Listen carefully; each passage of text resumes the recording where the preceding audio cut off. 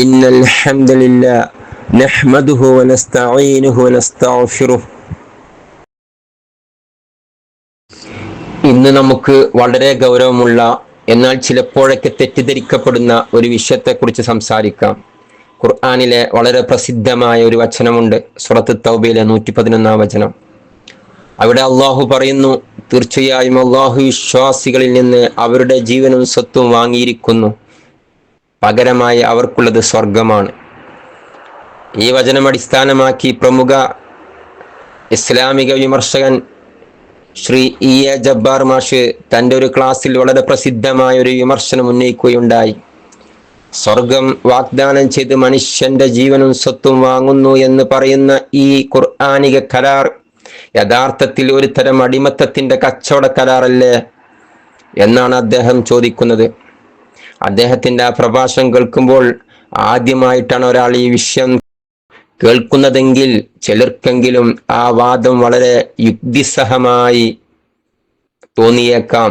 പക്ഷേ സുഹൃത്തുക്കളെ, ഖുർആനിലെ ഒരു വചനത്തെ അതിൻ്റെ ഭാഷാപരമായ ശൈലിയും ചരിത്ര പശ്ചാത്തലവും ഇസ്ലാമിക ദർശനത്തിന്റെ അടിസ്ഥാന തത്വങ്ങളും പരിഗണിക്കാതെ ഉപരിപ്ലവമായി വായിക്കുമ്പോഴാണ് ഇത്തരം അബദ്ധങ്ങളിലേക്ക് നമ്മൾ ചെന്നു വീഴുന്നത്. ഇന്ന് അടിമത്തം എന്ന് കേൾക്കുമ്പോൾ നമ്മുടെയൊക്കെ മനസ്സിൽ വരുന്നത് ചങ്ങലകളും ചാട്ടവാറടിയും സ്വാതന്ത്ര്യം നിഷേധിക്കപ്പെട്ട മനുഷ്യരെയുമാണ്. എന്നാൽ ഖുർആൻ മനുഷ്യനെ അള്ളാഹുവിന്റെ ദാസൻ അബ്ദ് എന്ന് വിളിക്കുമ്പോൾ അത് ഈ ഭൗതിക അടിമത്തമല്ല, മനുഷ്യനോട് കാണിക്കുന്ന അടിമത്തവും മനുഷ്യന് ദൈവത്തോടുള്ള ദാസത്വവും തമ്മിൽ ആകാശവും ഭൂമിയും തമ്മിലുള്ള വ്യത്യാസമുണ്ട്. ഒരു മനുഷ്യൻ മറ്റൊരാൾക്ക് അടിമയാകുന്നതും സൃഷ്ടാവിന് ദാസനാകുന്നതും ഒന്നാണോ? അല്ല സുഹൃത്തുക്കളെ, ഇവ രണ്ടും തമ്മിൽ ഒരിക്കലും മാഞ്ഞു പോകാത്ത 3 വലിയ വ്യത്യാസങ്ങളുണ്ട്. അതെന്തൊക്കെയാണെന്ന് നോക്കാം. ഒന്നാമത്തെ പ്രധാനപ്പെട്ട വ്യത്യാസം ഇതാണ്: നിർബന്ധിതമായ അടിമത്തവും സ്വമേധയാ ഉള്ള സമർപ്പണവും തമ്മിലുള്ള വ്യത്യാസം. പ്രിയ സുഹൃത്തുക്കളെ, എന്താണ് യഥാർത്ഥത്തിൽ ഈ അടിമത്തം? ഭൗതിക അടിമത്തത്തിൽ ഒരു മനുഷ്യൻ മറ്റൊരാളെ ബലം പ്രയോഗിച്ചോ ഭയപ്പെടുത്തിയോ പണം കൊടുത്തോ ചങ്ങലയിട്ട് അടിമയാക്കുകയാണ്. അവിടെ ആ പാവ മനുഷ്യന് യാതൊരു ചോയ്സുമില്ല. എനിക്ക് അടിമയാകേണ്ട എന്ന് പറയാനുള്ള അവകാശം പോലുമില്ല. യജമാനൻ പറയുന്നതനുസരിച്ചേ മതിയാകൂ, ഇല്ലെങ്കിൽ കടുത്ത ശിക്ഷയായിരിക്കും ഫലം. ചുരുക്കത്തിൽ എല്ലാം പൂർണ്ണമായും നിർബന്ധിതമാണ്. എന്നാൽ ഇസ്ലാമിൽ ദൈവത്തിന് കീഴടങ്ങുന്നത്, അള്ളാഹുവിന് കീഴടങ്ങുന്നത് അങ്ങനെയല്ല. അത് പൂർണ്ണമായും ഒരാളുടെ സ്വന്തം ഇഷ്ടപ്രകാരമുള്ള സമർപ്പണമാണ്. ആരെയും കഴുത്തിൽ വാൾ വെച്ച് നിർബന്ധിച്ച് വിശ്വസിക്കാൻ ഇസ്ലാം പറയുന്നില്ല. ഖുർആൻ അർത്ഥശങ്കയ്ക്കിടയില്ലാത്ത വിധം വളരെ വ്യക്തമായി ലോകത്തോട് പ്രഖ്യാപിക്കുന്നുണ്ട്, ലാ ഇക്റാഹ ഫിദ്ദീൻ, അഥവാ മതത്തിൽ യാതൊരു നിർബന്ധവുമില്ല. അങ്ങനെയെങ്കിൽ സൂറത്ത് തൗബയിൽ 111 വചനത്തിൽ പറയുന്ന കാര്യം ഈ നിർബന്ധിത അടിമത്തമാണോ? അല്ല. അവിടെ അള്ളാഹു ആരെയും നിർബന്ധിക്കുന്നില്ല. ആ വചനം തുടങ്ങുന്നത് തന്നെ വിശ്വസിക്കുന്നവനിൽ നിന്ന്, മിനൽ മുഅ്മിനീൻ, വിശ്വസിക്കുന്നവരിൽ നിന്ന് എന്ന് പറഞ്ഞുകൊണ്ടാണ്. അതായത് സ്വന്തം ബുദ്ധിയും യുക്തിയും ഉപയോഗിച്ച് പൂർണ്ണ സമ്മതത്തോടെ ആദ്യം വിശ്വാസം സ്വീകരിച്ചവരെയാണ് ഈ വചനം അഭിസംബോധനം ചെയ്യുന്നത് തന്നെ. അതിനുശേഷം ഖുർആൻ അതൊരു കരാറിന്റെ അല്ലെങ്കിൽ കച്ചവടത്തിന്റെ ഭാഷയിൽ അവതരിപ്പിക്കുന്നത് അള്ളാഹു വാങ്ങി, അവർ വിറ്റു, സന്തോഷിക്കുവിൻ എന്നിങ്ങനെയുള്ള വ്യാപാര പദങ്ങൾ അവിടെ ഉപയോഗിക്കുന്നു. ഒരു വ്യാപാരം നടക്കാൻ അടിസ്ഥാനപരമായി എന്തൊക്കെയാണ് വേണ്ടത്? വാങ്ങുന്നയാൾ വേണം, വിൽക്കുന്നയാൾ വേണം, ഇരുവരുടെയും പൂർണ്ണ സമ്മതം വേണം, അതിനൊരു പ്രതിഫലവും വേണം. നോക്കൂ, ഈ 4 ഇവിടെയുണ്ട്. അതുകൊണ്ടാണ് ഈ വചനത്തിന്റെ അവസാനത്തിൽ അള്ളാഹു വളരെ മനോഹരമായി ഇങ്ങനെ പറയുന്നത്, നിങ്ങൾ നടത്തിയ ഈ കച്ചവടത്തിൽ സന്തോഷിക്കുവീൻ. ഒന്ന് ആലോചിച്ചു നോക്കൂ, ഒരു അടിമക്കച്ചവടം കഴിഞ്ഞാൽ ആരെങ്കിലും ആ അടിമയോട് പോയി നിന്റെ ഈ കച്ചവടത്തിൽ നീ സന്തോഷിക്കൂ എന്ന് പറയുമോ? ഇല്ല. പക്ഷേ ഇരു കൂട്ടരുടെയും പൂർണ്ണ സമ്മതത്തോടെ നടന്ന ഒരു ലാഭകരമായ കരാർ ആയതിനാലാണ് ഇവിടെ സന്തോഷിക്കാൻ പറയുന്നത്.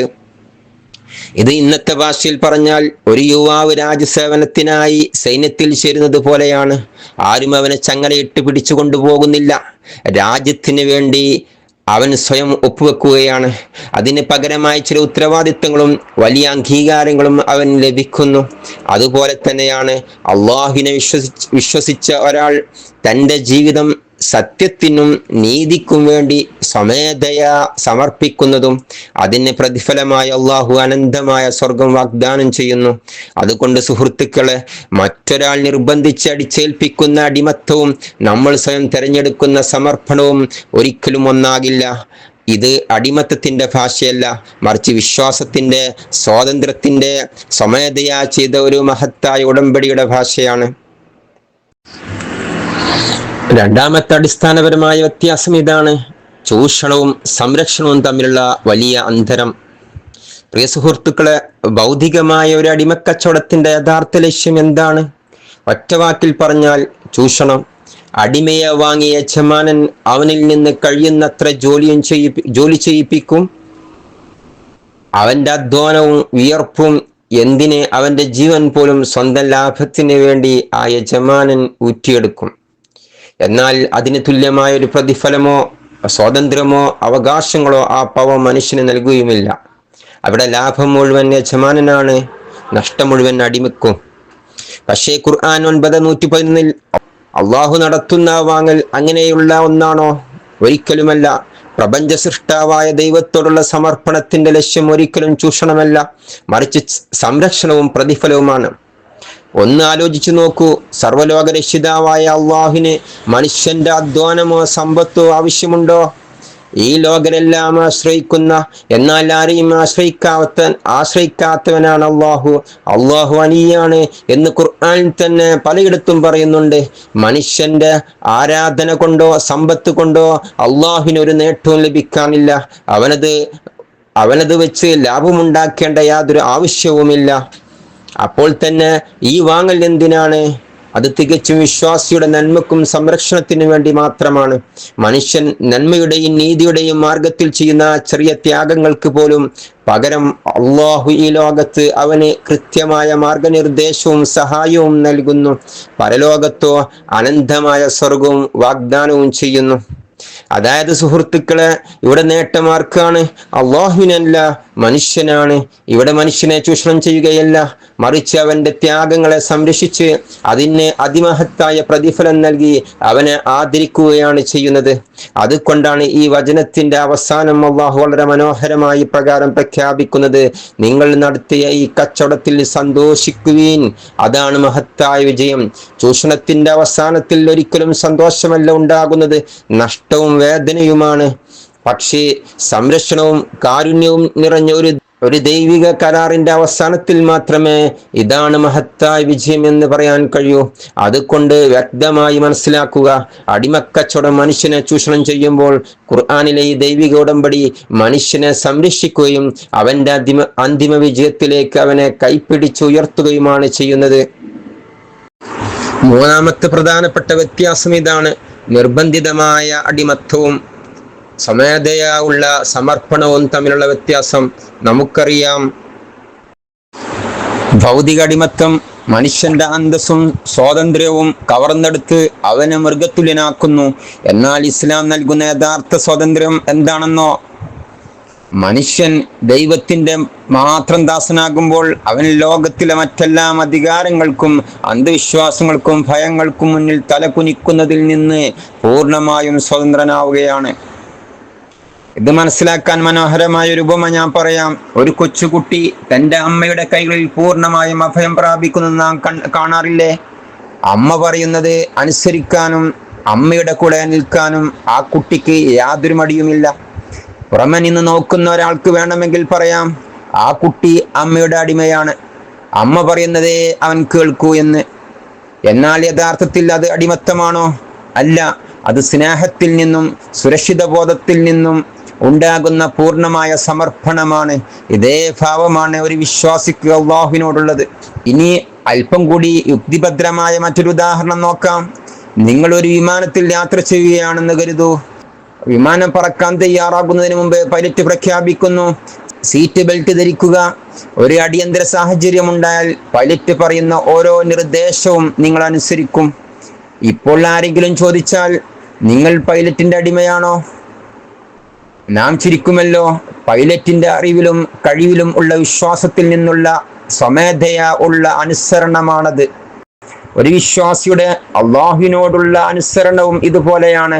അള്ളാഹു സർവജ്ഞനാണ്, സൃഷ്ടാവാണ്, മനുഷ്യന്റെ നന്മ ഏറ്റവും നന്നായി അറിയുന്നവനാണ് എന്ന ബോധ്യത്തിൽ നിന്നുള്ള സമർപ്പണം. ഇനി ആ ഖുർആൻ വചനത്തിലേക്ക് തന്നെ വരാം. അള്ളാഹു എന്തിനാണ് ജീവനും സ്വത്തും വാങ്ങുന്നത്? ആദ്യം നമ്മൾ ചോദിക്കേണ്ടത് മറ്റൊന്നാണ്. ഉടമസ്ഥൻ ആരാണ്? മനുഷ്യൻ സ്വന്തമായി ഉണ്ടാക്കിയ ഒന്നല്ല അവന്റെ ജീവനും സ്വത്തും. അവന് ജീവൻ നൽകിയതാരാണ്? അവന് സ്വത്ത് സമ്പാദിക്കാനുള്ള ആരോഗ്യം കഴിവും നൽകിയതാരാണ്? യഥാർത്ഥ ഉടമസ്ഥനായ അള്ളാഹു. അപ്പോൾ ഇവിടെ അള്ളാഹു ഒരാളുടെ അന്യമായ സ്വത്ത് വാങ്ങുകയല്ല. താൻ നൽകിയ ഒന്നിന് മനുഷ്യൻ ദൈവമാർഗത്തിൽ ചെലവഴിക്കുമ്പോൾ അതിന് പ്രതിഫലം നൽകാം എന്ന് പറയുന്നത് ഉടമയുടെ കാരുണ്യമാണ്. അവിടെ യാതൊരു ചൂഷണവുമില്ല. അറബി ഭാഷയിലെ ഇസ്തിആറ എന്ന രൂപശൈലിയെക്കുറിച്ച് നാം മനസ്സിലാക്കേണ്ടതുണ്ട്. ഖുർആൻ പലയിടത്തും ആത്മീയ കാര്യങ്ങളെ മനുഷ്യന് എളുപ്പം മനസ്സിലാകുന്ന വ്യാപാര ഭാഷയിലാണ് അവതരിപ്പിച്ചിട്ടുള്ളത്. നഷ്ടമില്ലാത്ത കച്ചവടം, ലാഭം, വിലക്ക് വാങ്ങൽ എന്നൊക്കെ പറയുന്നത് ആശയവിനിമയം എളുപ്പമാക്കാനുള്ള സാഹിത്യ പ്രയോഗങ്ങൾ മാത്രമാണ്. ഉദാഹരണമായി സൂറത്ത് സഫിൽ അള്ളാഹു ചോദിക്കുന്നു, വേദനാജനകമായ ശിക്ഷയിൽ നിന്ന് നിങ്ങളെ രക്ഷിക്കുന്ന ഒരു വ്യാപാരം ഞാൻ നിങ്ങളെ അറിയിച്ചു തരട്ടെയോ? അവിടെ ആരും കട നടത്തുന്നില്ല. അതുപോലെയാണ് 9:111 വാങ്ങി എന്നത് പ്രതിഫലത്തിന്റെ ഉറപ്പിനെ സൂചിപ്പിക്കുന്ന സാഹിത്യ രൂപകമായി വന്നിരിക്കുന്നത്. മാത്രമല്ല സുഹൃത്തുക്കളെ, ഈ വചനം ശൂന്യാകാശത്തിൽ നിന്ന് അവതരിച്ചതല്ല. ഇതിന് വ്യക്തമായ ഒരു ചരിത്ര സന്ദർഭമുണ്ട്. സൂറത്ത് തൗബ അവതരിച്ച കാലഘട്ടം ഹിജ്റ 9-ാം വർഷവും തബൂക്ക് ദൗത്യത്തിന്റെ അതികഠിനമായ സമയവുമായിരുന്നു. കടുത്ത വേനലും ദാരിദ്ര്യവും കാരണം ചില കപടവിശ്വാസികൾ ജീവനും സ്വത്തും ത്യജിക്കാൻ മടിച്ച് പല കാരണങ്ങൾ പറഞ്ഞ് പിന്മാറി. എന്നാൽ യഥാർത്ഥ വിശ്വാസികൾ അള്ളാഹുവിന്റെ മാർഗത്തിൽ ഉറച്ചു നിന്നു. ഇവിടെയാണ് ചരിത്രം നമ്മെ വർഷങ്ങൾ പിന്നിലേക്ക് കൊണ്ടുപോകുന്നത്. പ്രവാചകൻ മുഹമ്മദ് നബി സല്ലല്ലാഹു അലൈഹി വസല്ലം മക്കയിലായിരുന്നപ്പോൾ നടന്ന 2-ാം അഖബ ഉടമ്പടിയിൽ മദീനയിലെ വിശ്വാസികൾ പ്രവാചകന് സ്വന്തം ജീവനും സ്വത്തും നൽകി സംരക്ഷിക്കാമെന്ന് പ്രതിജ്ഞ ചെയ്തു. അപ്പോൾ അവർ ചോദിച്ചു, ഇതിന് പകരമായി ഞങ്ങൾക്ക് എന്താണ് അള്ളാഹുവിന്റെ പ്രവാചകരെ ലഭിക്കുക? പ്രവാചകൻ മുഹമ്മദ് നബി സല്ലല്ലാഹു അലൈഹി വസല്ലം മറുപടി പറഞ്ഞു, സ്വർഗം. അപ്പോൾ അവർ സന്തോഷത്തോടെ പറഞ്ഞു, ഇതൊരു ലാഭകരമായ കച്ചവടമാണ്. ഞങ്ങൾ ഇത് റദ്ദാക്കാൻ ആവശ്യപ്പെടുകയുമില്ല. അതിനാൽ 9:111 ഒരു പുതിയ അടിമക്കരാർ പ്രഖ്യാപിക്കുന്ന വചനമല്ല. അള്ളാഹുവിന്റെ മാർഗത്തിൽ സ്വമേധയാ സമർപ്പിച്ച വിശ്വാസികളുടെ പ്രതിജ്ഞയെയും അതിൻ്റെ പ്രതിഫലത്തെയും മഹത്തരപ്പെടുത്തുന്ന വചനമാണിത്. അതിനെ അടിമക്കച്ചവടം എന്ന് വിശേഷിപ്പിക്കുന്നത് ചരിത്രപരമായ പശ്ചാത്തലവും കാലക്രമവും അവഗണിച്ചുള്ള വായനയാണ്. ഈ ആശയം ഖുർആനിൽ മാത്രം പറയുന്നതാണോ? ഖുർആൻ തന്നെ പറയുന്നുണ്ട്, ഈ വാഗ്ദാനം തൗറാത്തിലും ഇഞ്ചീലും ഉണ്ടെന്ന്. ബൈബിളിൽ മത്തായിയുടെ സുവിശേഷത്തിൽ 10:39 യേശു പറയുന്നു, എൻ്റെ നിമിത്തം തൻ്റെ ജീവൻ നഷ്ടപ്പെടുത്തുന്നവൻ അതിനെ കണ്ടെത്തും. അതുപോലെ മർക്കോസ് 8:35 സമാനമായ വാക്യം നമുക്ക് കാണാം. ഇതിൽ നിന്നും നാം മനസ്സിലാക്കേണ്ടത് ഈ ആശയം ഖുർആനിന് മാത്രം അവകാശപ്പെട്ടതല്ലെന്നും മുൻകാല പ്രവാചകന്മാരിലും ആത്മീയ ഗ്രന്ഥങ്ങളിലും നിലനിന്നിരുന്ന സാർവത്രികമായ ഒരു തത്വമാണെന്നുമാണ്. അതുകൊണ്ടാണ് സുഹൃത്തുക്കളെ, ഞാൻ ചുരുക്കുകയാണ്. അടിമക്കച്ചവടത്തിൽ യജമാനൻ അടിമയെ വാങ്ങി ചൂഷണം ചെയ്യുന്നു. ഖുർആൻ 9:111 അള്ളാഹു മനുഷ്യനെ ചൂഷണം ചെയ്യുന്നില്ല, മറിച്ച് മനുഷ്യന് സ്വമേധയാ സത്യത്തിനും നീതിക്കും വേണ്ടി ചെയ്യുന്ന ത്യാഗത്തെ അനന്തമായ പ്രതിഫലത്തിലേക്ക് ഉയർത്തുകയാണ്. അതുകൊണ്ട് ഇത് അടിമത്തത്തിന്റെ കരാറല്ല, സാഹിത്യത്തിലെ അതിസുന്ദരമായ ഒരു രൂപകത്തിലൂടെ അവതരിപ്പിച്ച ദൈവിക വാഗ്ദാനമാണ്. സത്യം എത്തിച്ചു കൊടുക്കുന്നതും ഒരു നന്മയാണ്. അതിനാൽ ഈ വിശദീകരണം നിങ്ങൾക്ക് പ്രയോജനപ്പെട്ടുവെങ്കിൽ മറ്റുള്ളവരിലേക്കും പങ്കുവെക്കൂ. അള്ളാഹു അതിനെ സ്വാലിഹായ ഒരു അമലായി സ്വീകരിക്കട്ടെ. ആമീൻ.